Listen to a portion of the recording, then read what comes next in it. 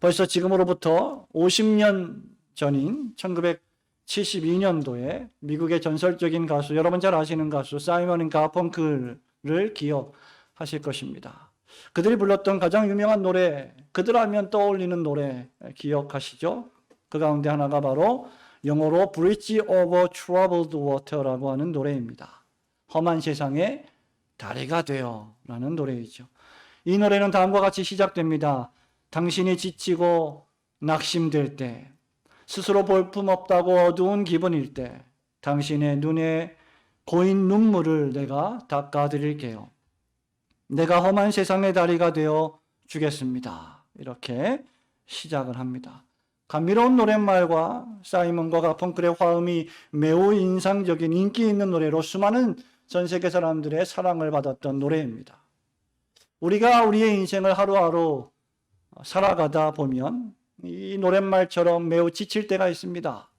낙심될 때가 있습니다. 열심히 살아가지만 뭔가 되는 일이 없고 뭔가 하는 일마다 잘 안 되고 고통을 당하고 어려움을 겪을 때가 있습니다. 아무것도 되지 않고 그저 어떤 때는 너무 심해서 너무 힘들어서 모든 것을 놓아버리고 싶을 때도 있습니다.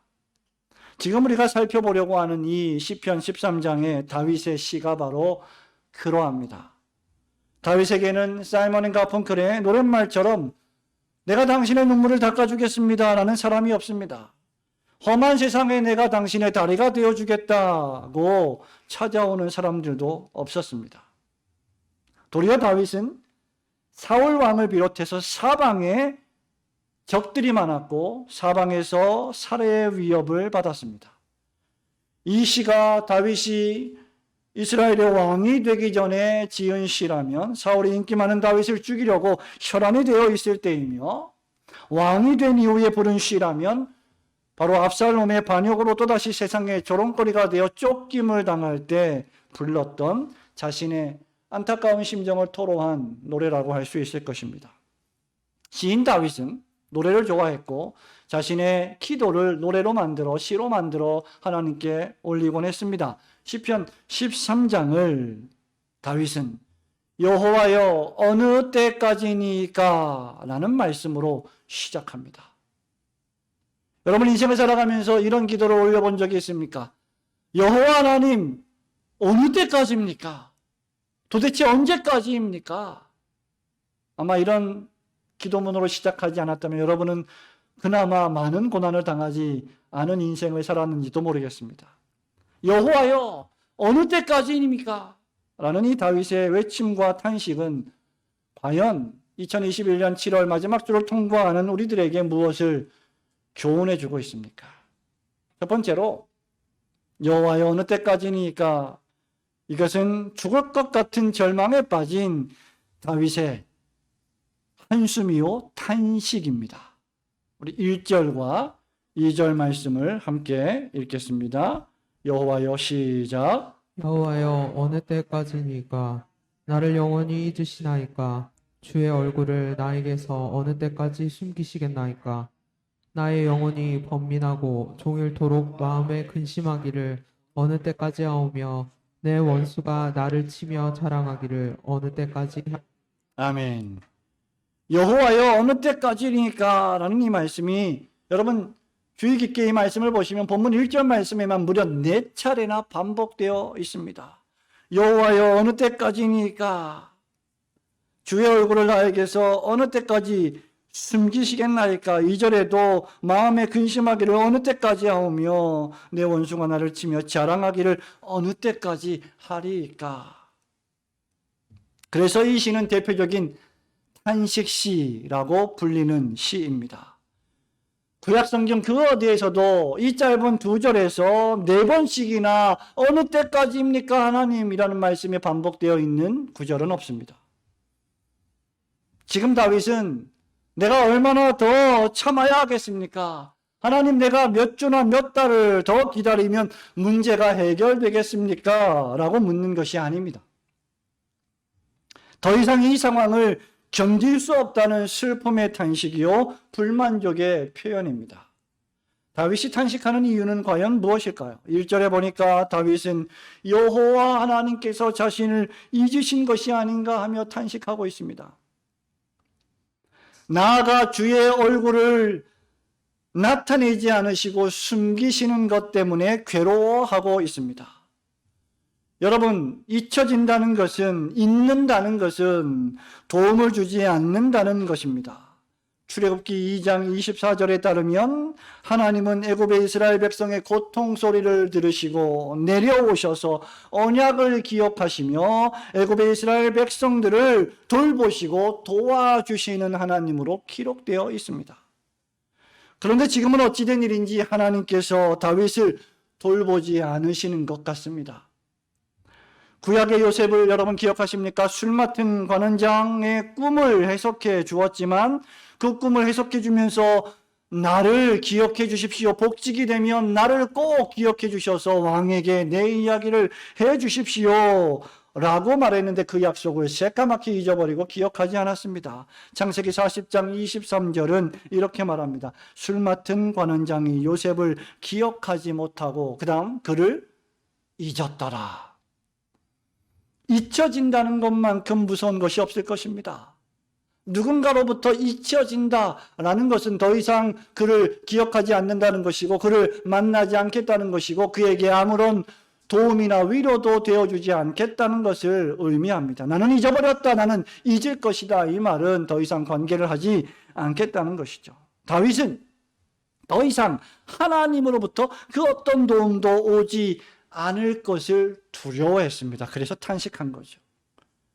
하나님으로부터 도무지 내가 잊혀버린 존재가 된 것은 아닌지 매우 심히 걱정했습니다. 왜냐하면 하나님이 침묵하셨기 때문입니다.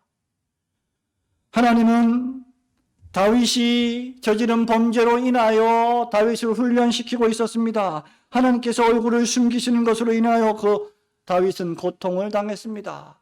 다윗은 하나님의 강한 군사로 훈련되기 위하여 이런 순간들을 통과해야 했음을 다윗은 그 시절에는 몰랐을 것입니다. 하나님의 얼굴을 숨기신다는 것은 무엇을 의미할까요?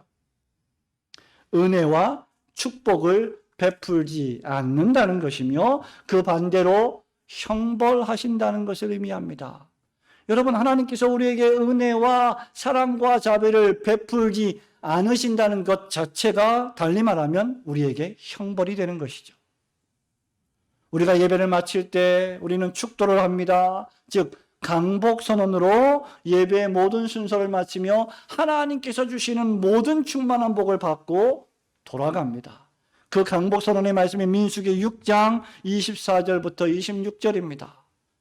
우리가 매주마다 들었던 말씀, 여호와는 내게 복을 주시고 너를 지키시기를 원하며 여호와는 그 얼굴을 내게로 향하여 드사 평강 주시기를 원하노라 할지니라 하라. 여호와는 그의 얼굴을 내게 비추사. 하나님이 이 밝고 빛나는 영광의 얼굴을 숨기신다면 죄인들에게는 평강이 존재하지 않습니다. 이 일로 인하여 다윗은 영원히 번민하고 종일토록 마음에 근심했습니다. 세상 일이 모두 다 잘된다 할지라도 여호와 하나님께서 얼굴빛을 거두어 가신다면 그는 아무것도 잘 되는 것이 아님을 깨달아야 합니다. 다윗은 하나님이 자신을 돕지 않으시는 일로 인하여 원수들이 자신을 치며 자랑하는 일로 괴로워했습니다. 여기 원수는 개인적으로 다윗을 죽이려고 하는 사울일 수도 있고 반역을 일으켜 왕권을 탈취한 압살롬일 수도 있습니다. 더 나아가 우리 오고 오는 모든 교회와 그리스도인들의 최종적인 원수는 사단 마귀이며 그가 뿌려놓은 죽음의 덫입니다. 사단 마귀는 할 수만 있으면 우리가 하나님으로부터 멀어지게 하기를 원하며 우리를 죽음으로 이끌고 가는 존재입니다. 예수님은 마태복음 13장 39절에서 좋은 밭에 왜 가라지가 있습니까? 왜 가라지가 어떻게 생긴 것입니까? 이 질문에 가라지를 뿌려놓은 원수는 마귀다 라고 말씀하셨습니다. 바울은 고린도전서 15장 26절에서 맨 나중에 멸망받을 원수는 사망이니라고 했습니다. 오늘 다윗도 본문 3절 말씀에서 내가 사망의 잠을 잘까 두렵습니다. 내가 죽음의 잠을 잘까 봐 두렵습니다라고 고백하기도 했습니다. 성도 여러분, 하나님이 자신을 잊으신 것 같은 상황과 환난을 통한 죽음의 위협 등이 다윗이 만난 그 시대의 절망이며 탄식이었습니다. 그리고 이런 절망과 탄식은 오래되었습니다. 다윗의 절망은 깊고 오래되어 낙심하고 실망하게 되었습니다. 오늘날 여러분은 어떤 탄식 가운데 있습니까? 오늘날 여러분은 어떤 번민과 근심 가운데 있습니까? 오늘날 여러분의 깊고 깊은 절망의 터널은 과연 무엇입니까? 여러분의 삶에서 하나님이 안 계신 듯한 순간은 과연 무엇이었고 지금 무엇입니까? 목사로서 오늘날 저는 예배를 마음껏 드리지 못하는 이 어려운 순간들이 탄식의 시간이라고 생각이 됩니다. 여러분의 삶에서 다윗처럼 번민과 근심에 쌓여 절망한 순간들이 많지 않았습니까? 그리스도인이라고 해서 탄식이 없는 것이 아닙니다. 목사라고 해서 탄식이 없는 것이 아닙니다. 그리스도인이라고 해서 오랜 고통과 고난이 없는 것은 결코 아닙니다. 그리스도인이라고 사람들에게 존경과 칭찬만 받는 것도 결코 아닙니다. 그리스도인들도 실망과 절망의 순간이 있고 그리스도인들도 비난과 정죄의 조롱을 당합니다. 그리스도인들도 그러한 순간에 마치 하나님이 외면하시고 마치 하나님이 나를 외면하시고 하나님이 우리 가정을 우리 교회를 외면하시고 한국교회를 외면하시고 침묵하시는 때가 있는 것처럼 느껴집니다. 그러나 이런 때조차라도 하나님께서 여전히 세상 만물을 통치하시고 특별히 교회의 주인이 되셔서 교회를 다스리고 통치하신다는 사실을 깨달아야 합니다. 이런 때 어리석은 자는 봐라! 하나님이 어디 있느냐라고 외치며 자신의 어리석음을 나타내지만 지혜로운 자는 더욱 하나님을 찾고 하나님께 가까이 가려고 애를 씁니다. 죽을 것 같은 절망의 순간, 탄식의 순간에도 여전히 여러분을 통치하시고 다스리시는 그 하나님을 찾고 하나님께 가까이 가시기 위하여 분투하시는 성도들이 되시기를 주님의 이름으로 축원합니다. 여호와여 어느 때까지니까. 둘째로 이 말은 다윗의 이러한 탄식은 곤란 중에도 여전히 여호와 하나님을 의지하겠다는 다윗의 기도입니다. 3절과 4절 말씀을 함께 읽겠습니다. 여호와 내 하나님이여. 시작. 여호와 내 하나님이여 나를 생각하사 응답하시고 나의 눈을 밝히소서. 두렵건대 내가 사망의 잠을 잘까 하오며 두렵건대 나의 원수가 이르기를 내가 그를 이겼다 할까 하오며 내가 흔들릴 때에 나의 대적들이 기뻐할까 하나이다. 아멘. 하나님이 외면하시는 듯한 고통과 아픔은 놀랍게도 다윗을 불신앙으로 끌고 가지 못했습니다. 오랜 절망이 하나님을 향한 불신앙과 환멸로 이끌어 가지 못했습니다. 여러분, 우리 그리스도인들 가운데 교회를 섬기는 성도들 가운데 은혜로 시작했다가 율법으로 마치는 자들이 많고 정말 처음에 초심을 잃지 않고 하나님을 잘 섬겼다가 마지막에 가서는 하나님을 배반하고 배교하는 사람들이 얼마나 많습니까? 내가 이렇게 하나님을 섬겼는데 하나님 나한테 이 정도밖에 안 되십니까? 안 주십니까? 이것이 과연 무엇입니까? 라는 하나님을 불평하고 원망하는 환멸로 끌고 가지 않았다는 말입니다. 도리어 다윗은 이 일로 인하여 하나님께 더욱 간구하고 하나님을 의지했습니다. 그래서 시작하는 것이 바로 기도입니다. 다윗은 하나님께서 자신을 생각해 주시고 기도에 응답해 주시기를 기도하고 있습니다. 다윗은 지금 돈을 좀 주세요, 집을 좀 주세요, 좀 잘 살게 해주세요, 이런 차원의 기도가 아니라 하나님 나를 잊지 마세요. 하나님 나를 기억해 주세요. 내 기도에 응답해 주세요. 라는 기도를 하고 있습니다. 여기 생각해 달라는 말씀은 무엇입니까? 얼굴을 숨기지 마십시오. 라는 뜻입니다. 응답해 달라는 말은 내가 올리는 기도에 주님 외면하지 마시고 대답해 주십시오. 응답해 주십시오. 라는 말입니다. 다윗은 하나님을 나의 하나님이라고 부르면서 하나님이 다윗 왕과 맺으신 언약을 상기하고 있습니다. 하나님 저와 언약을 맺지 아니하셨습니까? 제가 부족하고 제가 문제가 많더라도 하나님은 신실하신 분이시니까 하나님 당신의 언약에 신실하신 하나님께서 저를 기억해 주십시오. 하나님의 백성을 향한 하나님의 언약에 기초한 기도는 강력하며 긴급합니다. 다윗은 자신의 눈을 밝혀달라고 말하는데 방금 전에도 언급했듯이 민수기 6장에 기록된 대제사장적 축복 기도는 여호와 하나님께서 얼굴을 우리에게로 향하여 드사 빛을 비추어 주시라 하는 것이었습니다. 다윗은 고난과 고통에 빠져 슬픔과 눈물에 빠져 절망하고 있기보다 자신의 눈이 주님의 빛으로 밝아지기를 원했습니다. 하나님을 만난 사람들은 하나같이 그 얼굴빛이 밝아지며 기쁨으로 충만합니다. 그 눈에서 빛이 납니다. 얼굴에서 광채가 났습니다. 시내산에서 내려온 모세가 그랬고 엘리와 제사장 엘리와 대화한 후에 응답을 받은 한나가 바로 그러했습니다. 하나님을 참되게 만난 사람들의 마음과 가슴 속에는 주체할 수 없는 기쁨과 즐거움으로 충만합니다. 곤란 중에라도 말입니다. 다윗은 여기서 하나님의 빛을 받아 하나님께 두 가지 기도를 올립니다.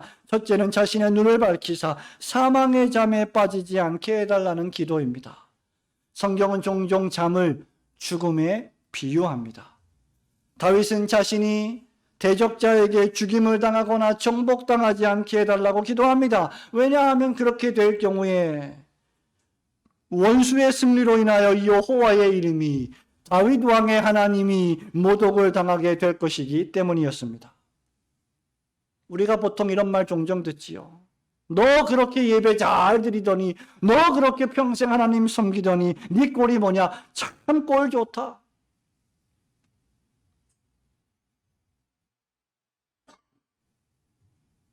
사람들은 십자가에 달리신 예수님을 향하여 이렇게 말했죠. 네가 하나님이라더니 네 생명은 네가 스스로 구원할 수 없더냐? 라는 조롱 섞인 정말 참을 수 없는 조소를 우리 예수님이 들으셨습니다. 야, 네가 믿는 하나님이 코로나는 걸리지 못하게 하시냐? 너는 왜 코로나에 걸리냐?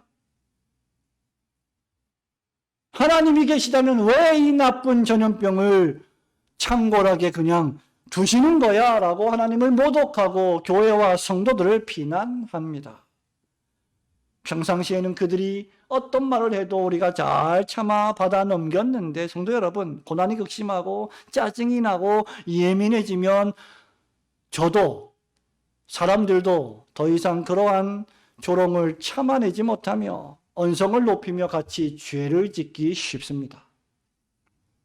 하지만 다윗에게 최고의 관심사는 자신의 자존심이 아니었습니다. 자신의 명예나 평판이 아니었습니다. 그의 관심사는 하나님의 명예였습니다. 다윗은 죄를 짓지 않게 해달라고 기도합니다. 또한 동시에 다윗은 이런 급한 상황 때문에 모든 것을 다 포기하고 죽고자 하는 극단적인 선택을 하지 않게 해달라고 지금 기도하고 있는 것입니다. 하나님, 제가 사망의 잠을 잘까 두렵습니다. 포기하고 싶을까봐 두렵습니다.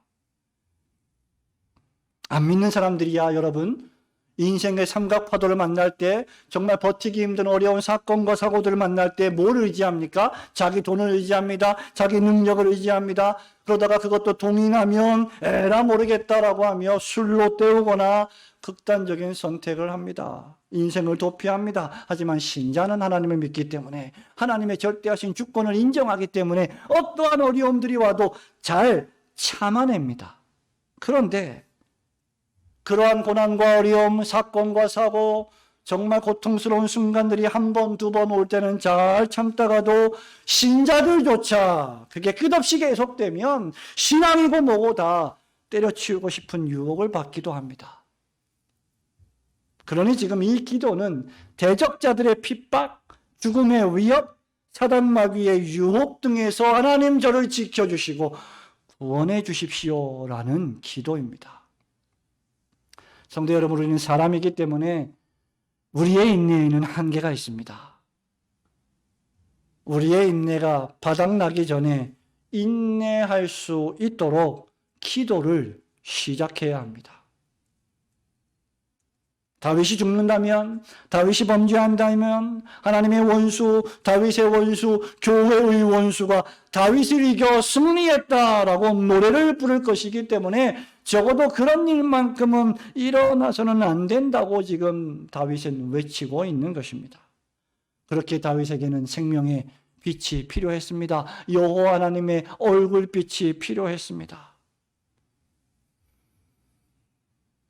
다윗을 죽음의 위협으로부터 구원하실 유일한 분은 여호와 하나님 한 분뿐이셨습니다. 그것이 바로 다윗이 하나님께 기도하는 이유입니다. 우리는 여호와 하나님의 이름이 모독을 당하시지 않게 정신을 차리고 깨어 근신해야 합니다. 대적이 승리를 외치지 못하게 사망의 잠에서 깨어야 합니다. 가정을 분란시키고 교회를 분란시키고 나라와 국가를 분란시키는 그 사망의 위협으로부터 우리는 우리 자신들을 지켜내야 합니다. 그리스도인에게 죽음이란 육신적으로 신체적 생명이 끝나는 것이기도 하지만 영적으로 하나님과의 교제가 단절되는 것이기도 합니다. 그렇기에 영적 태만, 게으름, 부주의 등이 사망의 잠의 원인이 될 수 있습니다. 우리는 지금 코로나 사태로 많은 교회들이 정상적인 예배로 모이지 못하고 진리의 말씀으로 교제를 나누지 못해서 교회의 영적 생명력이 크게 약화되는 위기의 시대를 맞이하고 있습니다. 이런 때에 우리는 세상이 그러니까, 상황이 그러니까, 우리에게는 온라인이 있으니까 굳이 모이지 않는다고 교회가 아닌 건 아니니까 라는 자기 합리화에 빠져서 사망의 잠을 자려고 해서는 결코 안 될 것입니다. 성도 여러분, 사람들 중에는 곤란 중에 자신의 패배와 수치를 못 견뎌 하는 사람들이 있습니다. 자신의 체면이 구겨지고 세상의 평판을 의식하는 사람들이 있습니다. 하지만 참된 그리스도인들은 자신의 수치보다 하나님의 패배로 보이는 것에 더 수치를 느끼는 사람들입니다. 그래야만 합니다. 그들은 스스로 깨어 근신하여 세상의 소금과 빛으로 정직하고 경건하게 살아가는 이유도 하나님의 거룩하신 이름이 모독을 당하지 않게 하시기 위함입니다. 그래서 우리는 뱀처럼 비둘기처럼 순결하고 지혜로워야 하는 것입니다. 사망의 잠에 빠지지 않고 원수들로 말미암아 교회와 그리스도인들이 흔들리지 않도록 여러분 총명한 마음과 눈으로 매일매일 하나님을 의지하며 잊지 말고 하나님께 기도하시는 성도들이 되시기를 주님의 이름으로 축원합니다. 마지막으로 여호와여 어느 때까지니까 라는 이 다윗의 탄식은 구원의 주 여호와 하나님을 여전히 저는 경배하고 찬양하겠습니다 라는 결단입니다. 5절과 6절 말씀 한 번 더 읽어봅니다. 나는 오직 시작. 오직 주의 사랑을 의지하여 싸우니 나의 마음은 주의 구원을 기뻐하리이다. 내가 여호와를 찬송하리니 이는 주께서 내게 은덕을 베푸심이라. 아멘.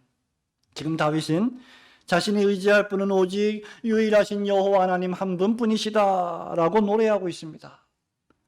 그 이유는 하나님께서만 오직 성도와 교회의 유일한 소망이자 완전한 소망이시기 때문입니다. 또한 오직 하나님만이 실수와 실패가 없이 우리를 완전하게 사랑하시기 때문입니다. 그 결과는 우리를 사망의 음침한 골짜기에서 건지시고 대적자들의 손에서 건지사 구원으로 인도하시는 것입니다. 여러분의 남편도, 여러분의 아내도, 여러분의 부모도, 자식들도 여러분을 구원하지는 못합니다. 오직 하나님만이 우리를 구원하십니다. 왜 그럴까? 하나님께서 우리를 예수 그리스도 독생자의 보혈의 값으로 사셨기 때문입니다. 지금 다윗은 확신 가운데 기쁜 찬양의 노래를 부르고 있습니다. 내가 주의 사랑을 의지하여 싸우니 나의 마음은 구원을 기뻐합니다. 여러분 지금 1절과 2절의 그 대조를 보십니까? 번민하고 마음에 종일토록 근심하고 영혼이 너무 산란하고 죽을 것만 같은 상황 속을 탄식으로 표현했던 다윗이 5절과 6절에서는 하나님 저는 기뻐합니다. 여기서 우리는 다윗 신앙의 위대함을 발견하게 됩니다. 다윗의 신앙은 앞으로 역사하실 하나님의 그 역사를 보지 않고도 믿는 믿음의 신앙이었습니다. 히브리서 11장 1절에서 믿음은 바라는 것들의 실상이요 보이지 않는 것들의 증거라고 히브리서 기록자는 말했습니다. 다윗은 바라는 것들의 실체인 여호와 하나님의 신실하신 언약의 말씀, 약속의 말씀을 믿었습니다. 심지어 하나님께서 다윗을 잊으시고 얼굴을 숨기셨을 때조차, 하나님이 다윗을 외면하고 계신 것처럼 보일 때조차 다윗은 오직 주의 사랑을 의지하였습니다라고 고백하고 있습니다. 다윗은 그럴 때조차도 하나님이 누구신지, 하나님이 어떤 분이신지를 놓지 않고 굳게 붙잡고 믿었습니다. 참된 기쁨이 무엇일까요? 하나님이 나에게 잘해주시면 기뻐하다가 하나님이 외면하시면 불평하고 짜증을 부리는 것이 참된 믿음이요 기쁨일까요? 참된 기쁨이란 하나님을 붙들고 있을 때 발생하는 내적인 감정입니다. 이 기쁨은 4절의 악인의 기쁨과 대조되고 있죠. 시편의 독특한 기록 표현 기법 가운데 하나인 반어적 평행법이라고 있는데 그 반어적 평행법을 따르고 있습니다. 시편 1장에서 시인은 의인의 길은 여호와께서 인정하시나 악인의 길은 망하리로다. 이 반어적 평행법이에요. 똑같은 문장을 사용하는 거죠. 그러나 결과는 다릅니다. 4절에서는 의인의 대적들이 의인이 패배하는 것을 기뻐하겠지만 5절에서 의인은 주의 사랑과 구원을 기뻐하게 될 것입니다. 그렇게 이제 다윗은 여호와 하나님을 찬송합니다. 이유는 하나님께서 다윗을 구원하셨고 다윗에게 은덕을 베푸셨기 때문입니다. 미래에 관한 확고한 확신의 증거는 하나님의 돌보심의 역사에 관한 과거의 경험에 기초합니다. 하나님은 다윗을 선택하셨고 다윗을 사랑하셨고 다윗을 보호하셨습니다. 수많은 들짐승으로부터 다윗을 보호하셨고 다윗과 언약을 맺으시며 골리앗의 싸움에서 이기게 하셨습니다. 다윗의 삶에는 여호와 하나님의 구원과 사랑의 강이 흘러 넘치고 있었습니다. 하나님의 역사하심이 어디에 있느냐라고 할 때 다윗의 인생의 구비구비를 살펴보면 잘 볼 수 있게 되는 것입니다.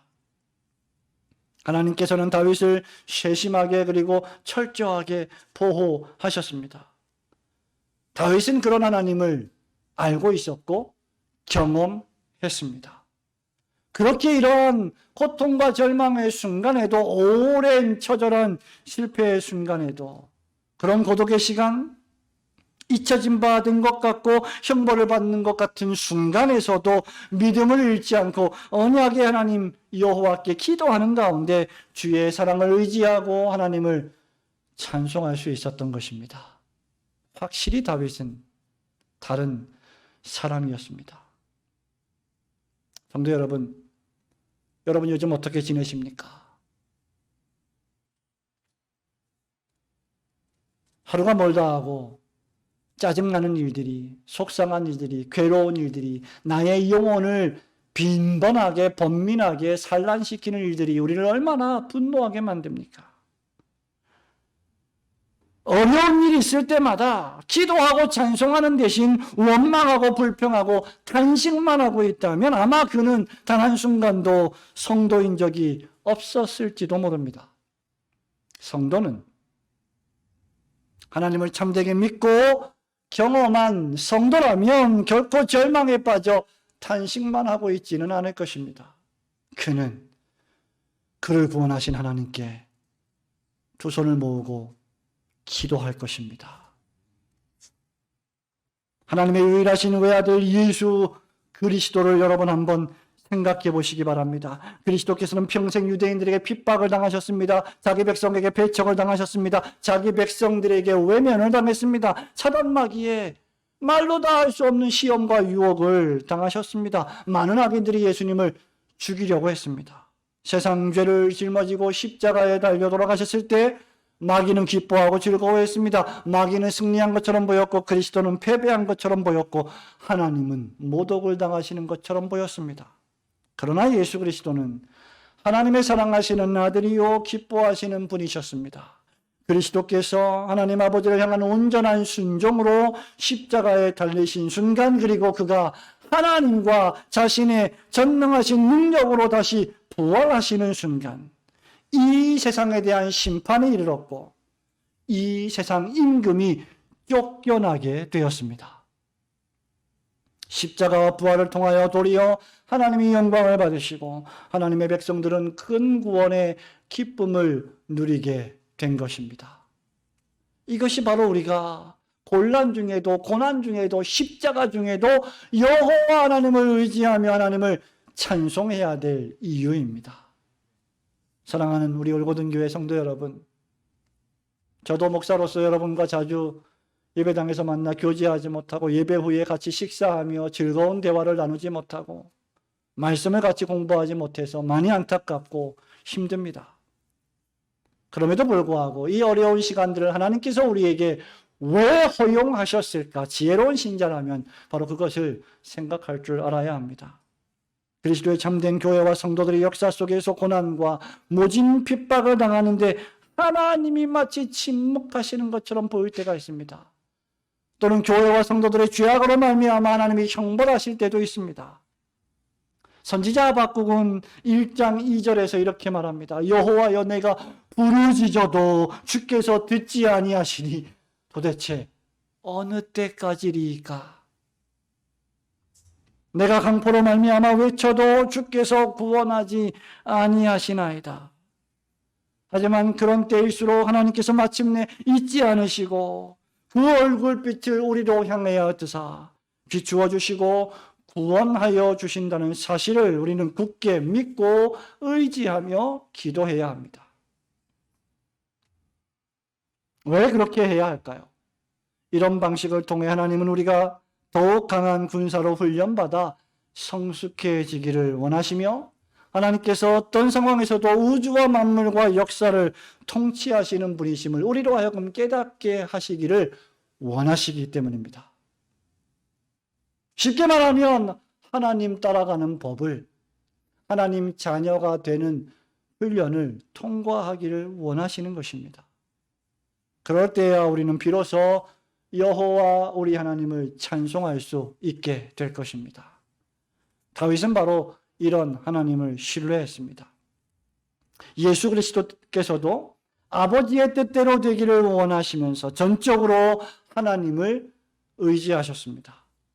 모세와 주님을 본받아 우리 역시 이 절망과 탄식의 한가운데서도 하나님께 기도하고 여호와 하나님을 의지하며 굳게 믿으셔야 합니다. 과거 여러 위기의 순간에, 여러분 개인적으로, 여러분 가정의 그 어려움의 순간에, 죽을 것 같고 포기하고 싶었던 순간에 신실하게 우리를 인도하시고 보호하셨던 과거 역사를 떠올려 보시기 바랍니다. 역사를 잊은 민족에게 미래는 없습니다. 마찬가지로 하나님의 사랑과 구원의 역사를 잊은 그리스도인에게 감사와 찬양과 기도는 나오지 않을 것입니다. 우리가 왜 자꾸 그것을 잊어버립니까? 평상시에는 우리 신앙의 진가가 잘 드러나지 않습니다. 하지만 인생의 파도가 계속 불어닥치고 걱정, 근심이 끝이 없어 보일 때, 교회가 여러 경랑의 파도 속에서 어려움을 당할 때, 환난이 몰려올 때, 그때가 바로 우리 신앙의 미천이 드러날 때입니다. 그럴 때 참된 성도는 탄식 가운데서도 믿음을 잃지 않고 하나님께 기도를 시작하며 하나님을 의지하는 가운데 하나님의 구원을 기대하며 그 하나님께 기쁨으로 경배와 찬송과 영광을 돌려드리는 사람들입니다.